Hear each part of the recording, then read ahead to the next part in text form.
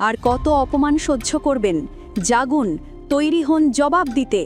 রামমোহন রায় ভারতের নবজাগরণের অগ্রদূত, সতীদাহ প্রথা বন্ধ থেকে নারী শিক্ষার প্রসার, যার লড়াই বদলে দিয়েছে দেশের ইতিহাস। আর সেই মহাপুরুষকেই আজ বিজেপি বলে ব্রিটিশদের দালাল। जिसमें एक राजा राम मोहन राय भी थे, वो भी अंग्रेजों के दलाल के रूप में देश में काम करते रहे हैं। जिसमें एक राजा राम मोहन राय भी थे, वो भी अंग्रेजों के दलाल के रूप में देश में काम करते रहे हैं। এটাই গেরুয়া শাসনের স্বরচিত ইতিহাস। এটাই বিজেপির বাংলা বিরোধী আসল চরিত্র।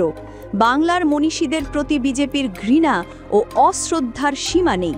অমিত শাহের র্যালির সময় বিদ্যাসাগরের মূর্তি ভাঙচুর থেকে শুরু করে বিবেকানন্দকে অবমাননা, সবেতেই বাংলা বিদ্বেষ। বিজেপি নেতারা একদিকে বাংলার মনীষীদের অপমান করে, অন্যদিকে নরেন্দ্র মোদী ভোট চাইতে এলে তাদের নাম নিয়ে নাটক করেন।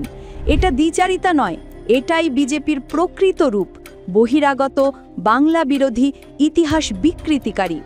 ব্রিটিশের কাছে মুচলেকা দেওয়া সাভরকর ওদের কাছে বীর, আর বাংলার সত্যিকারের বীরদের ওরা বলে দালাল।